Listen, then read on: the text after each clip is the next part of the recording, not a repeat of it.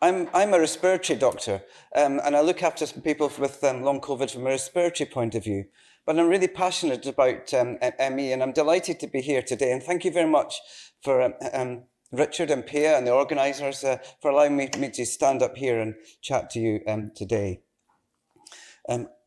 We've got an exciting session this morning about clinical trials and clinical therapeutics. So I'm going to talk a bit about trials and the basis and a bit about how we approach clinical trials. We're going to hear about some exciting information and data from some new trials that have just been published or just ongoing. We're going to find out a bit about how we assess measurements for assessing how to record and evaluate how people get on with treatments and with their daily activities. We're going to find out how a trial should be run and some learning from an international big multi-centre study, and also to look at how we look after people with the most severe disease form of ME. So, shall we kick off? And I'll show my first slide here. So, I have these conflicts of interest. These are, but none of them are related to ME. This graph shows the different types of data we use to develop try to inform medical practice. We have laboratory data, and then we have, after that, we have observational data or case reports. So somebody finds a treatment and they think it works, and then try it somebody else, and then that doctor reports it, and it's called a case report, and gives us some information to move forward. We can look at what we call observational studies, so just exploring and understanding how people respond to different treatments, either looking back the way as a case control studies or looking forward in a cohort study. But the sort of pinnacle, really, of understanding whether treatments work are randomized control trials, where people that have one treatment or the other treatment, and we can compare with a difference. And the only difference between the two groups of people is having this treatment or not. And then these randomized controlled trials are combined together to find, with multiple trials combined, and we call that a meta-analysis. And then based on that, guidelines are developed. So that's the hierarchy of how doctors make our decision-making. There are different types of randomized controlled trials. There are phase 1 trials, and they're mostly looking at safety. A new drug, is it safe to be used in patients? And we'll have a very small number of people to do that. Then there's phase 2 studies. These look to see whether this drug might work in the purest form. We call this an effective study, where everything is controlled and it's in a right environment for the drug to work. And a few patients, about 100 patients are used to doing this. The first study is all these studies are very expensive, and they have to add on, and it becomes more complex.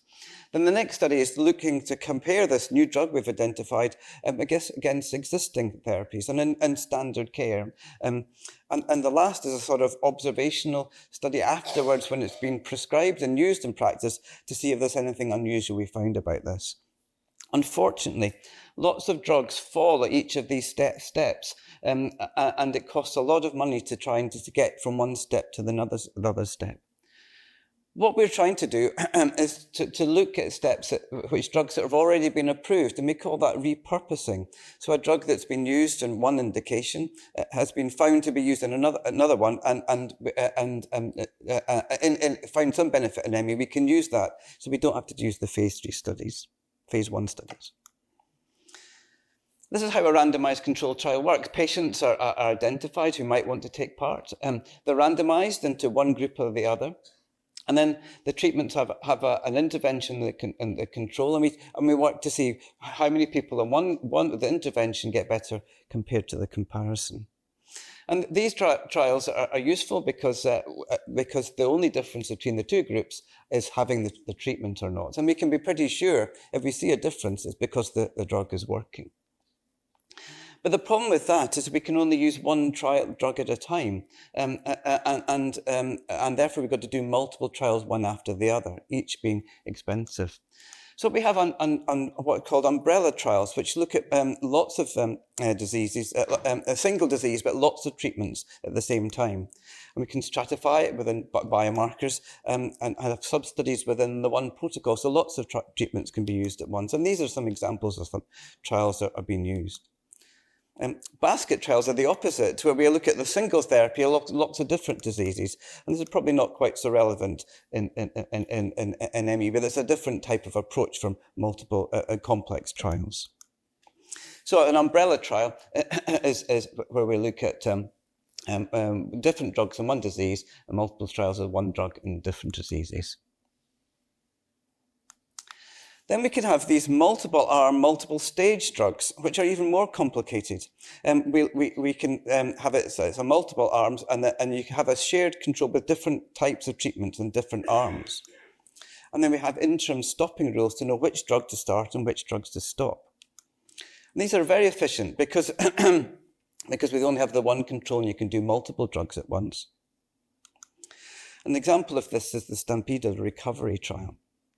And platform trials are an overarching type of trial which sets the platform for doing these different types of multi-arm, multi-trial studies. There's an ongoing infrastructure for doing lots of trials within the one trial. And again, you have these stopping arms where you try one treatment, and if it works, you continue with it. If it doesn't work, you can stop it and ask patients to join in another part of the trial. And again, they have the same control groups. You don't have to have multiple trials going one after the other. These are the key features of the umbrella trial, the basket trial, this multi-arm trial, and this platform trial, which is a perpetual adaptive framework trial. We've learned a bit yesterday about the fact that we know that not everybody with ME/CFS is the same, and then we can and therefore, but they're not likely to all respond to the same drug in the same way. So what we can do is enrich trials with people who meet the characteristics of who might respond to the drug better than another drug, and we heard a bit about how you can do that with genetics for the GLP-1 receptor agonist. But we can identify some patients who are most likely to respond. In other words, that the people who are more severe might have a bigger chance of getting some benefit, and to enrich the trial with the right patients who's going to respond to that trial.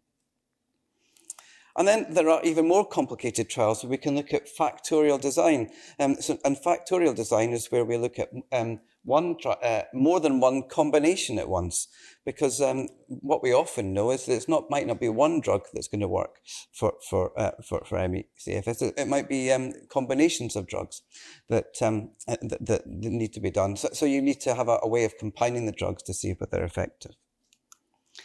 And then these sequential multiple assessment randomized control trials, which combine quite a lot of this by looking at responders and non-responders and changing the protocol in order to modify how we manage the trial so we can get the best answer as quickly as possible.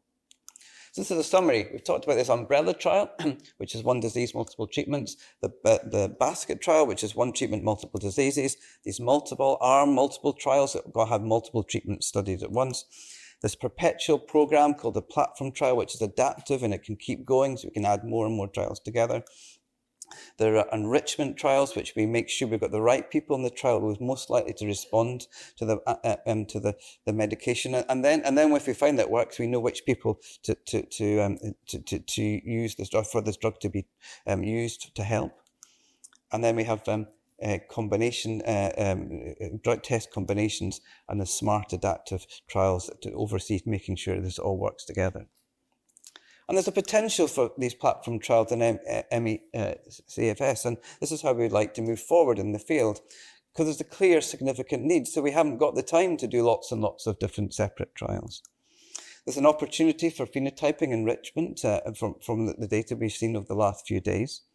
There are multiple potential therapeutic entities, and we're going to hear about some options today, and there were lots of tantalizing drugs which might work in different areas that have been exposed, which have been described over the last few days. And as I said, they're efficient and timely, we can move forward. and therefore they have a potential to change practice quickly. When we're designing a trial, we have this master protocol which describes everything. It has to describe all of these different types of aspects to explain how we would conduct the trial in a robust way. But some of the key features I want to talk about here, we're looking at the population, and in other words, the patients who might be able to participate in the trial. And so one thing we're looking at just now is how we identify people to be taking part in trials and how people can sign up. We're hoping to do this in the UK. What are the criteria we should be using to identify the right people to go into the right trial? How should we cluster and stratify trials? How should we enrich them, as I described before? We need to work out which is the right drug to try first, and there are reviews of drugs that people have tried and some ways of exploring, but we need to decide what the right drug is in order to try first in our treatment plan. We need to understand what the control should be. Should it be a placebo control, a contraction, or should it be normal care? And then we should know what the key outcomes measurements we should be using. And we're going to hear today about what key outcomes we should use from the NIH, and also how we should use wearables. And we call this a PICO, Patient Population Intervention Control and Outcomes. And that's how we describe trials.